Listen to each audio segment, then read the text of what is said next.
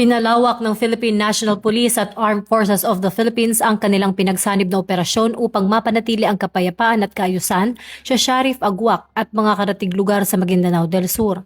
Pinangunahan ni na Chief PNP Police General Jose Melencio Nartates Jr. at Western Mindanao Command Chief Lieutenant General Donald Gumiran ang isang security conference kung saan napagkasunduan ang mas pinaigting na koordinasyon kasunod ng mga nagdaang karahasang insidente, kabilang ang ambush na ikinasawi ng 5 pulis at mga pagsabog sa kalapit na bayan ng Raja Buayan. Layunin ng hakbang na maiwasan ang pag-ulit ng mga insidente at mapatatag ang seguridad sa rehiyon.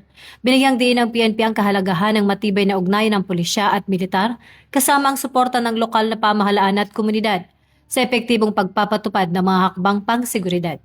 Tiniyak din ng mga opisyal ng AFP ang kanilang buong suporta sa law enforcement operations ng PNP, partikular sa kampanya laban sa terorismo at iba pang banta sa kapayapaan.